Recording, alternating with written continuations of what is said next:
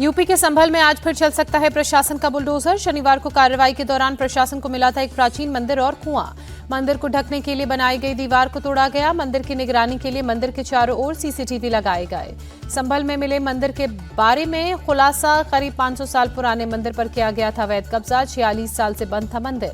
1978 से बंद पड़ा था मंदिर। नगर हिंदू सभा का दावा, दहशत की वजह से मंदिर छोड़कर भाग गए थे पुजारी। घर बेचने को हुए थे मजबूर। मंदिर में मौजूद कुएं को 42 साल बाद खोला गया। मंदिर की पहचान मिटाने के लिए कुएं पर बनाया गया था स्लैब। संभल के डीएम राजेंद्र पेसिया ने साइट का दौरा किया। कहा प्रशासन ने रैंप और मलबा हटाने के बाद कुएं के निशान खोजे। संभल की एसडीएम वंदना मिश्रा ने हिंदू मंदिर मिलने पर वहां जाकर हनुमान जी और शिव जी के दर्शन किए। आम लोगों ने पूजा भी की। संभल के सांसद जियाउर रहमान बर्क का आरोप, प्रशासन संभल के लोगों को परेशान करने में जुटा। महाराष्ट्र में आज होगा मंत्रिमंडल विस्तार। 30 विधायक ले सकते हैं मंत्री पद की शपथ। नागपुर में होगा शपथ ग्रहण समारोह। मंत्रिमंडल विस्तार में बीजेपी, एनसीपी और शिवसेना के कुछ बड़े दिग्गजों का कट सकता है पत्ता। बेदाग और नए चेहरों को मिलेगा मौका। लोकसभा में पीएम मोदी ने कांग्रेस पर साधा निशाना। कहा संविधान का अपमान करना कांग्रेस की पुरानी आदत। एक परिवार ने संविधान की भावना को चोट पहुंचाई। पीएम मोदी ने पंडित नेहरू, इंदिरा गांधी, राजीव गांधी और राहुल गांधी पर निशाना साधा। कहा हर स्तर पर इस परिवार ने संविधान को चुनौती दी। पीएम ने कहा एक परिवार की कुविचार, कुरीति, कुनीति की परंपरा है। कांग्रेस की रगों में लोकतंत्र नहीं, इनके लिए सत्ता सुख सर्वोपरि। प्रधानमंत्री ने कहा नेहरू जी ने कांग्रेस के मुंह में संविधान बदलने का खून लगाया। उनका अपमान संविधान चलाता था। नेहरू जी ने जो पाप किया उसी को इंदिरा जी ने आगे बढ़ाया। कांग्रेस के जुमला शब्द के इस्तेमाल पर प्रधानमंत्री ने अटैक किया। बोले पिछले 4 दशकों से कांग्रेस का गरीबी हटाओ नारा सबसे बड़ा जुमला है। हम गरीबी के लिए काम कर रहे हैं, उसे हटाने के लिए काम कर रहे हैं, ये मजाक उड़ाते हैं। प्रियंका गांधी ने पीएम मोदी के भाषण को उबाऊ बताया। कहा पीएम ने अडानी पर कुछ तो बोला नहीं। पीएम मोदी ने 11 संकल्प जो गिनाए वो खोखले हैं। सपा चीफ अखिलेश यादव ने कहा पीएम ने बहुत लंबा भाषण दिया। आज उनके 11 जुमलों का संकल्प सुनने को मिला। लोकसभा में राहुल गांधी ने संविधान को नए भारत का दस्तावेज बताया। कहा बीजेपी 24 घंटे संविधान पर आक्रमण करती है। राहुल गांधी ने अपने 26 मिनट के भाषण में अग्निवीर, पेपर लीक, संभल हिंसा समेत कई मुद्दे उठाए। कहा उत्तर प्रदेश में संविधान नहीं मनुस्मृति लागू है। संविधान पर चर्चा के दौरान एआईएमआईएम चीफ असदुद्दीन ओवैसी ने मस्जिदों के सर्वे का मुद्दा उठाया। कहा देश में मस्जिदें अब खतरे में आ गई हैं।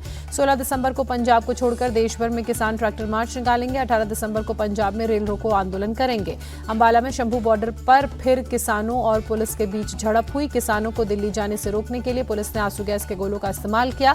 वाटर कैनन भी इस्तेमाल में लाए गए। पुलिस के साथ हिंसक झड़प में करीब 18 किसान घायल हुए। एक किसान ने सल्फास खाकर जान देने की कोशिश की। किसान का अस्पताल में इलाज जारी।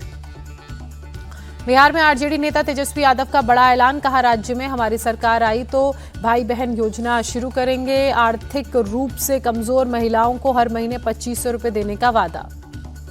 बिहार के डिप्टी सीएम विजय सिन्हा ने तंज कसते हुए कहा गोली और गाली का विकल्प देने वाले आज विकास के वादे कर रहे हैं। बिहार के सहरसा में जेडीयू का जिला स्तरीय कार्यकर्ता सम्मेलन।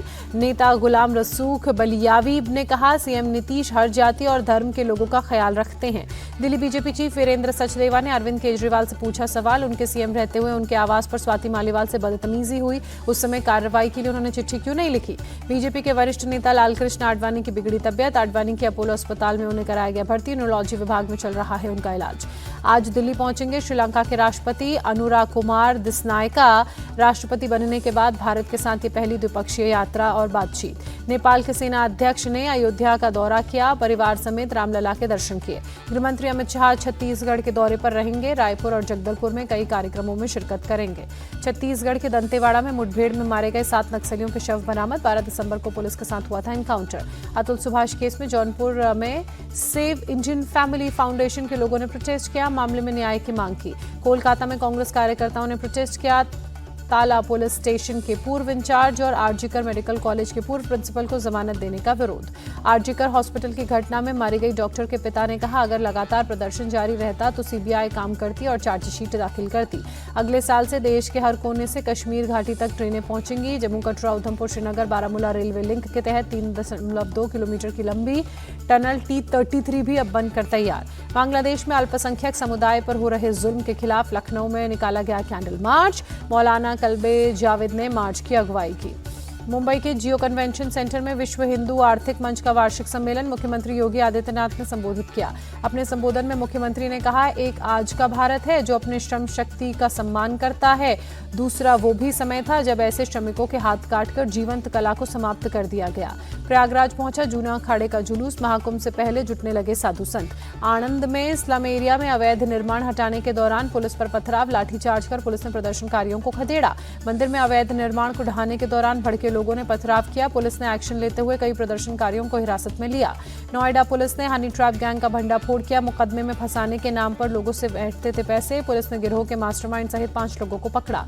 नोएडा सेक्टर 39 में क्रेडिट कार्ड को लेकर फ्रॉड करने वाले 6 लोग अरेस्ट, 28 मोबाइल, सोने चांदी के सिक्के समेत गाड़ी और स्कूटी बरामद।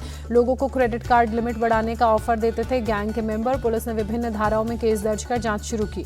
यूपी के झांसी जिला कारागार के जेलर को बदमाशों ने बुरी तरह से पीटा, कार से खींचकर लाठी डंडों से पीटा, उनकी कार के ड्राइवर ने रोका तो बदमाशों ने उसे भी पीटा। मध्य प्रदेश के विदिशा में राजीव जन चिकित्सालय में 2 युवकों ने एक डॉक्टर को पीटा, पुलिस ने दोनों को अरेस्ट कर बाजार में उनकी परेड निकाली। त्रिची में हुई बारिश से बिगड़े हालात, कई जगहों पर जलभराव से लोग परेशान।